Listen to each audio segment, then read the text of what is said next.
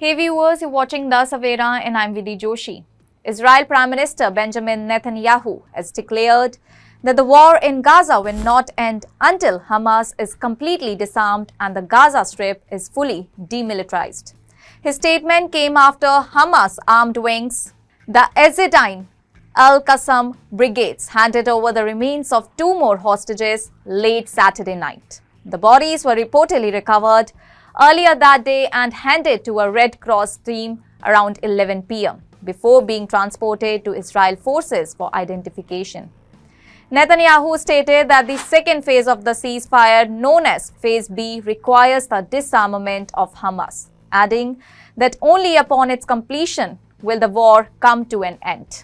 The ceasefire deal brokered by US President Donald Trump has already resulted in Hamas releasing 20 living hostages and the remains of 10 deceased individuals, 9 Israelis and 1 Nepalese. In return, Israel has released nearly 2,000 Palestinian prisoners and returned the bodies of 135 Palestinians to Gaza. However, the remaining hostage remains have become a central obstacle in moving forward. Hamas says many of the bodies are buried under rubble and that it needs more time and technical help to retrieve them.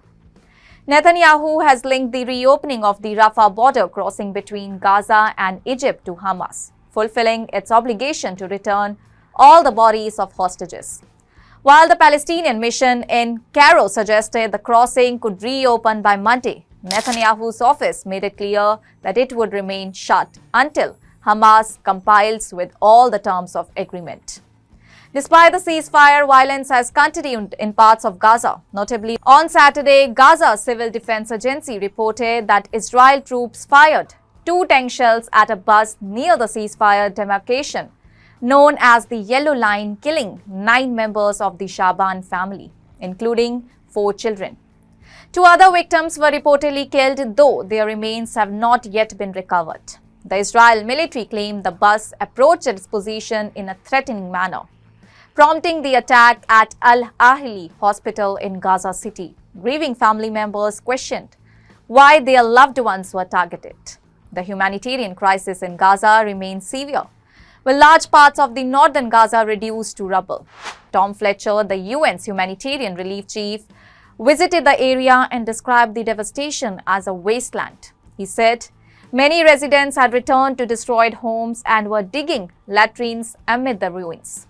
The UN has launched a 60-day plan in order to deliver 1 million meals a day, rebuild the health system, provide tents for the winter, and get children back into school.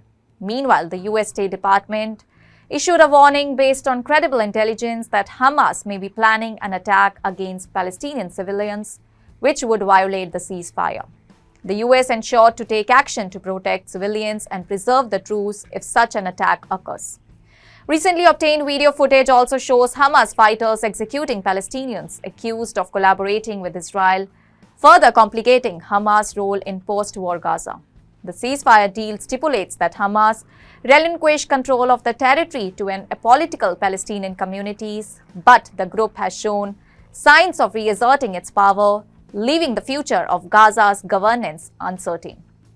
That's all for now. Stay tuned to The Savera for more updates. Do like, comment and subscribe to the channel.